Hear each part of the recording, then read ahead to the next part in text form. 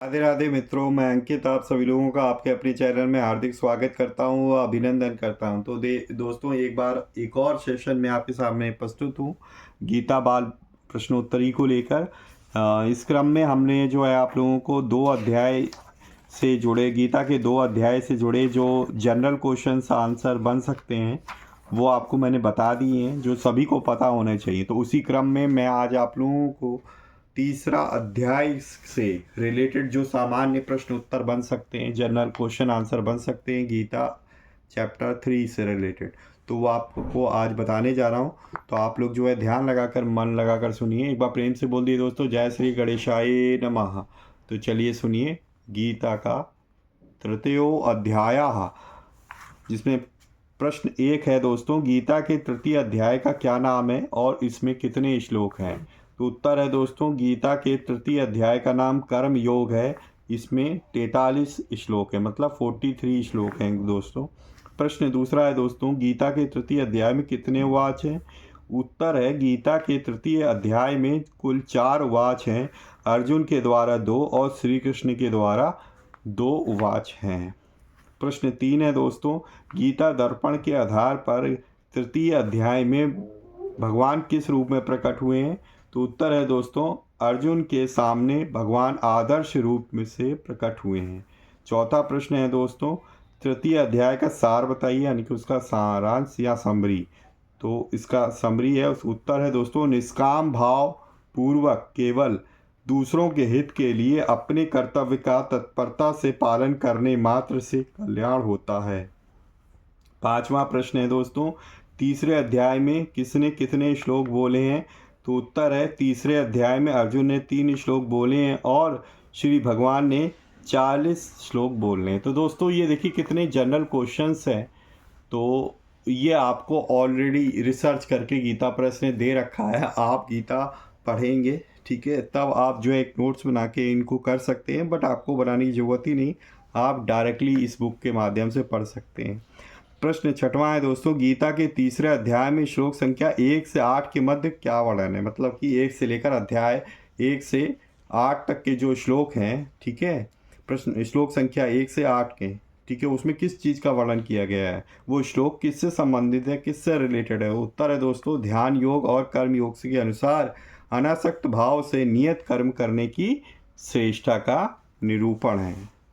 सातवां प्रश्न है दोस्तों कि श्लोक संख्या 9 से 16 के मध्य में क्या वर्णन है। मतलब श्लोक संख्या 9 से 16 में किस चीज़ का वर्णन किया गया है, किससे संबंधित है। तो उत्तर है, यज्ञ आदि कर्मों की आवश्यकता का निरूपण है दोस्तों। फिर प्रश्न 8वां है दोस्तों, श्लोक संख्या 17 से 24 के बीच में क्या वर्णन है।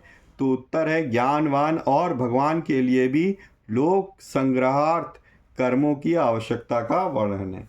प्रश्न 9वां है दोस्तों, श्लोक संख्या 25 से 35 के बीच में क्या विषय है। तो उत्तर है दोस्तों, अज्ञानी और ज्ञानवान के लक्षण और राग द्वेष से रहित होकर कर्म करने के लिए प्रेरणा दी गई है। कहाँ पर, 25 से लेकर 35 संख्या श्लोकों के बीच में बताया गया। प्रश्न 10वां है दोस्तों, श्लोक संख्या 36 से 43 के बीच में क्या विषय है। तो इनमें जो है काम के निरोध का बताया गया है, वर्णन किया गया है दोस्तों। 11वां प्रश्न है, ज्ञान और कर्म की श्रेष्ठता के विषय में अर्जुन की शंका का समाधान भगवान ने कैसे किया दोस्तों। तो उत्तर है, भगवान बोले, जो पुरुष मन से इंद्रियों को वश में करके अनासक्त भाव से कर्मयोग का आचरण करता है वही श्रेष्ठ है। कोई भी मनुष्य किसी भी काल में क्षण मात्र भी बिना कर्म किए नहीं रहता है। प्रश्न 12वां है, भगवान ने सृष्टि चक्र का क्या वर्णन किया है। उत्तर है दोस्तों कि सभी प्राणी अन्न से उत्पन्न होते हैं, अन्न वर्षा से तथा वर्षा यज्ञ से उत्पन्न होती है, यज्ञ कर्मों से उत्पन्न होते हैं। तो बहुत ही सुंदर बात, लिए छोटे छोटे से कितने बढ़िया प्रश्न हैं जो हम सब लोगों को पता होने चाहिए। प्रश्न 13वां है दोस्तों, किस पुरुष के आचरण प्रमाण स्वरूप माने जाते हैं। उत्तर है दोस्तों, श्रेष्ठ पुरुष के आचरण प्रमाण स्वरूप माने जाते हैं। 14वां प्रश्न है दोस्तों, भगवान ने कर्म करने के संबंध में कौन सा बड़ा प्रमाण दिया है? उत्तर है स्वयं अपना दृष्टांत देते हुए भगवान ने कहा है कि तीनों लोकों में मेरे लिए कुछ भी कर्तव्य नहीं है और कुछ भी प्राप्त करने योग्य कोई वस्तु नहीं है, तो भी मैं कर्म में ही लगा रहता हूँ। बहुत ही सुंदर बात कही है दोस्तों।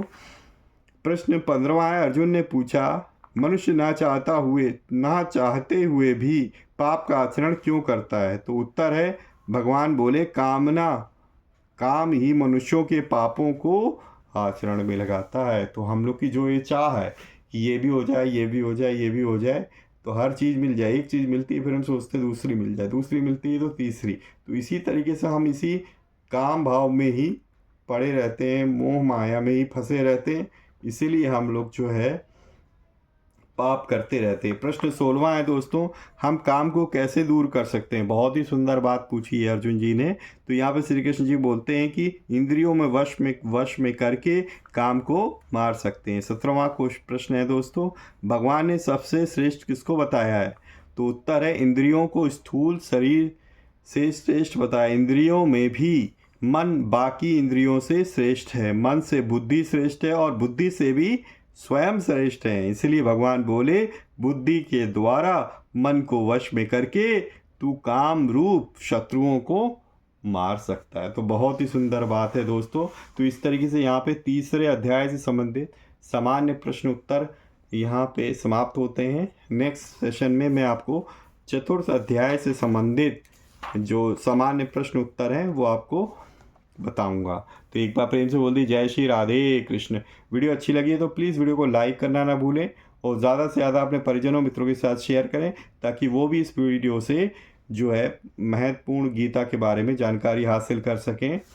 और पहली बार चैनल पे आए, चैनल को सब्सक्राइब जरूर करें और बेल आइकन को प्रेस कर लें ताकि लेटेस्ट से लेटेस्ट वीडियो की इन्फॉर्मेशन आप तक तुरंत ही मिल सके। और बेल आइकन को जरूर प्रेस करिएगा, ठीक है दोस्तों। तो इसी तरह की भगवान की भक्ति करते रहे, अपने परिवारजनों मित्रों के साथ खुशी प्रसन्नचित होकर जीवन व्यतीत करिए। और हाँ, हमेशा की तरह किसी न किसी एक पर्सन की हेल्प करने की जरूर कोशिश करिए। मिलेंगे इसी तरह किसी और वीडियो में, तब तक के लिए जय श्री राम, राधे राधे मित्रों।